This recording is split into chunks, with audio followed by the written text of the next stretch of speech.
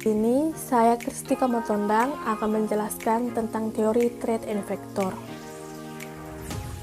Dasar teorinya, menurut Hadiarni Irman pada tahun 2019, teori Trade and Vector adalah pandangan yang mengatakan bahwa kepribadian seseorang itu dapat dilukiskan dengan mengidentifikasi sejumlah ciri dari tampak hasil testing psikologis yang mengukur masing-masing dimensi kepribadian itu sendiri.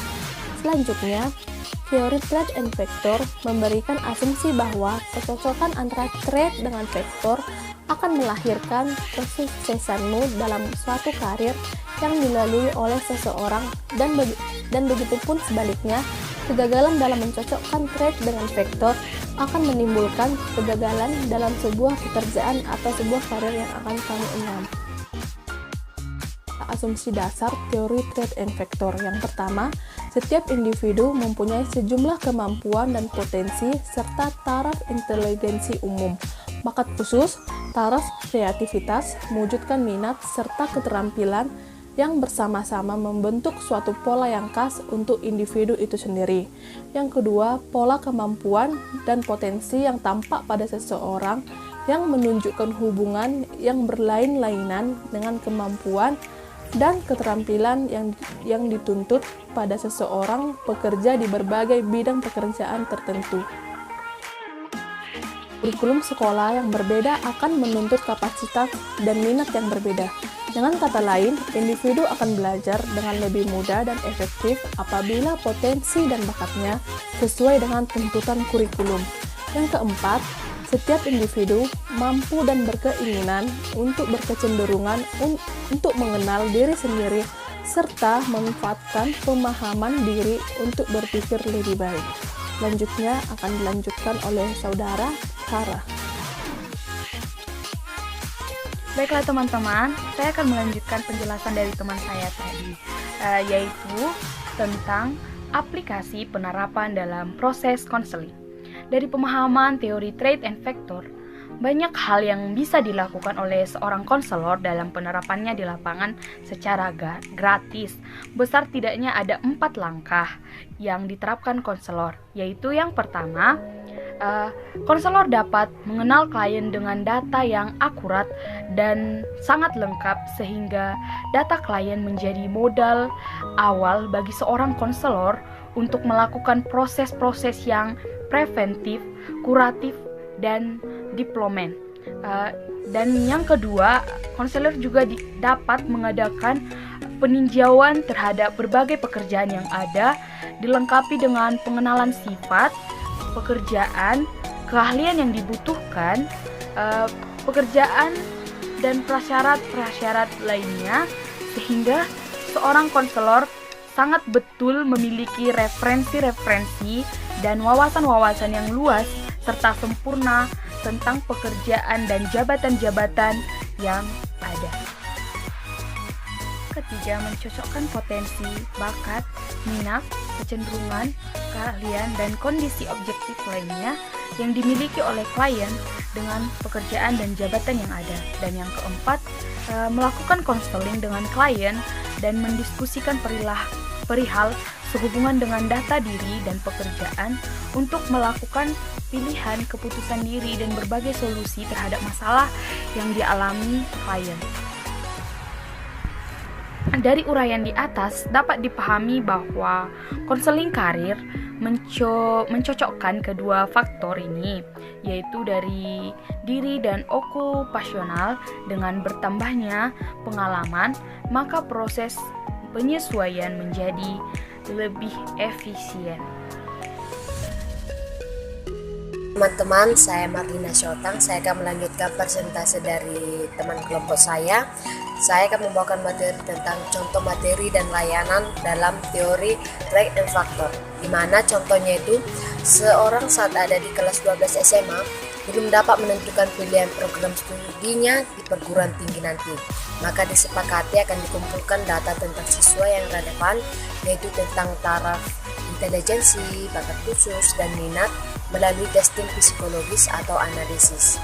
Data ini hasilnya nanti akan masuk menyatakan bahwa siswa bertaraf intelijensi tinggi dan berbakat khusus dalam bidang studi matematika atau yang cukup dalam pengamatan ruang dan mempunyai minat yang mengarah pada pekerjaan sosial. Maka tampak suatu minat dan kemampuan tertentu atau sintesis. Siswa dahulu pernah mengatakan bahwa dia pernah memikirkan program studi tentang teknik sipil, arsitektur, dan keguruan di bidang matematika. Sebenarnya, ada kecocokan antara milik atau bekal kemampuan kognitif dengan kualitas yang dituntut dalam kegiatan bidang studi tersebut, tetapi hanya terdapat kecocokan dalam ranah minat dengan bidang keguruan.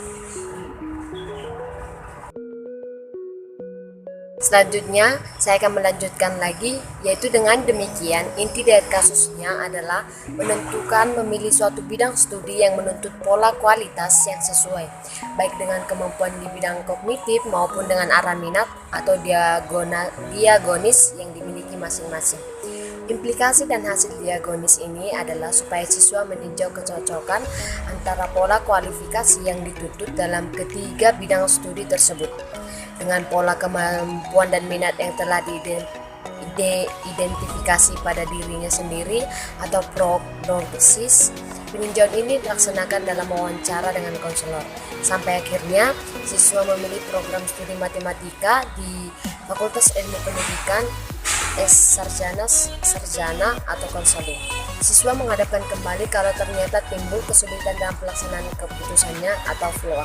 Terima kasih.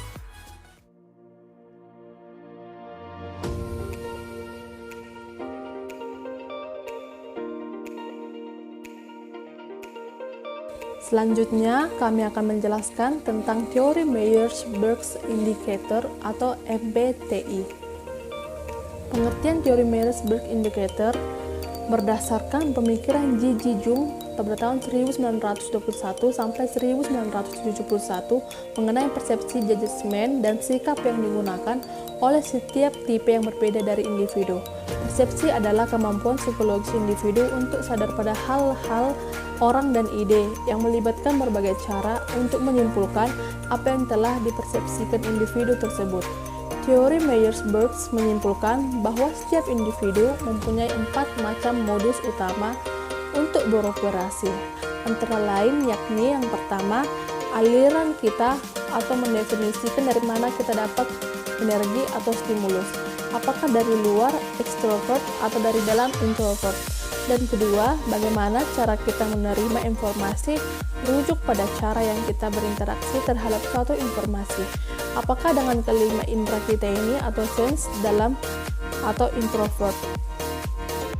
Selanjutnya yaitu pada bagian 3, yaitu yang ketiga ialah bagaimana cara kita untuk memutuskan sesuatu, merujuk pada cara bagaimana kita memilih sesuatu, apakah didasarkan pada thinking atau perasaan atau feeling.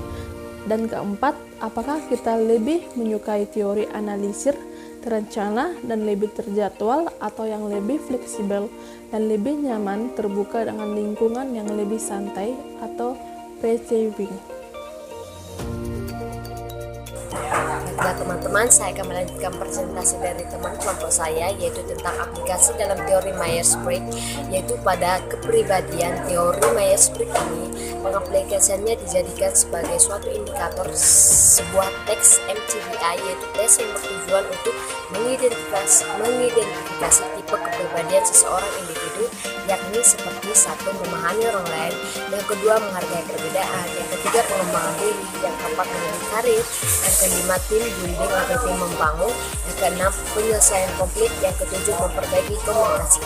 Namun teori kepribadian Myers-Briggs ini tidak selalu mengukur yang pertama gangguan kejiwaan, yang ketiga abnormalitas, yang ketiga trauma, yang keempat daya belajar, yang kelima tingkat kedewasaan, yang keenam penyakit, dan yang ketujuh intelijensias. Baiklah teman-teman, saya akan menjelaskan tentang kekuatan dan kelemahan teori Myers-Briggs. Kekuatannya yakni dirancang untuk mengimplementasikan teori berdasarkan teori, ada dinamika, hubungan yang khusus antara skala yang kemudian akan menghantar ke 16 tipe karakteristik kepribadian. Deskripsi tipe-tipe ini dan teorinya sebenarnya dapat dijelaskan dalam kerangka perkembangan manusia seumur hidupnya. Skala ini memperhatikan fungsi dasar manusia, yakni judgment yang selalu ada di perilaku manusia, sehingga dapat bermanfaat untuk digunakan dalam kehidupannya sehari-hari. Sedangkan kelemahan dari teori Myers-Briggs ini adalah kurang memperhatikan adanya perbedaan individu sehingga akan mempengaruhi hasil tes MBTI. Walaupun teori ini bertahan lama, namun validitas dari tes MBTI ini masih perlu dipertanyakan. Hasil dari tes MBTI bersifat statis, hanya berorientasi pada hasil dari tes MBTI tersebut. Baiklah, saya akan melanjutkan materi dari kelompok saya, yaitu tentang layanan yang dapat diberikan oleh teori Myers-Briggs. Yaitu dalam kehidupan sehari-hari dapat diketahui teori ini dapat berguna untuk mengidentifikasi kepribadian individu sehingga memudahkan kita menentukan sikap dan perilaku kepadanya supaya terjadi arus komunikasi yang baik. Adapun layanan yang dapat digunakan dalam sehari-hari yakni yang pertama, bimbingan dan konseling atau MBT sangat berguna di dunia pendidikan dan pengembangan karir, di mana MBT ini bisa digunakan sebagai panduan untuk memilih jurusan kuliah sampai dengan profesi yang diinginkan. Selanjutnya, dengan profesi yang cocok dengan kepribadian, yang kedua itu pengembangan diri, di mana dengan MBT kita bisa memahami kelebihan atau strength dalam diri kita, sekaligus kelemahan atau weakness yang ada pada diri kita. Ketika kita bisa lebih fokus mengembangkan kelebihan kita sekaligus mencari cara memperbaiki sisi negatif yang kita miliki. Yang ketiga itu memahami orang lain dengan lebih baik, di mana MBT ini membantu memperbaiki hubungan dan cara pandang kita terhadap orang lain. Kita bisa lebih memahami dan menerima perbedaan. Tidak semua orang berpikir, bersikap dan berperilaku seperti cara kita berperilaku. Jadi terimalah perbedaan yang ada ataupun yang ada di lingkungan kita. Terima kasih. Selanjutnya saya akan menjelaskan contoh dari teori Myers-Briggs. Yang pertama, extraversion dan introversion mencerminkan suatu orientasi terhadap dunia luar manusia dan benda ataupun dunia dalam yang berupa konsep dan ide. Dimensi ini memperlihatkan sampai sejauh mana perilaku kita ditentukan oleh sikap kita terhadap dunia. Kedua, sensing intuition atau SN menjelaskan persepsi sebagai suatu yang langsung datang dari panca indera atau secara tidak langsung dari bawah sadar. Dimensi ini menjelaskan bagaimana orang memahami apa yang sedang dialami. Yang ketiga itu thinking feeling. Thinking feeling ini adalah pendekatan yang digunakan oleh seseorang untuk mendapatkan keputusan melalui proses yang tidak pribadi, logis atau subjektif. Para pemikir menganalisis informasi data, situasi, dan manusia, serta membuat keputusan berdasarkan logika. Yang keempat itu Judging Perceiving atau ZV. Tipe ini melihat bagaimana derajat fleksibilitas seseorang. Judging diartikan sebagai tipe orang yang selalu bertumpu pada rencana yang sistematis, serta senantiasa berpikir dan bertindak secara sekuensial. Dan tipe perceiving adalah mereka yang bersifat fleksibel, adaptif, dan bertindak secara random atau melihat beragam peluang yang muncul, memanfaatkannya dengan baik.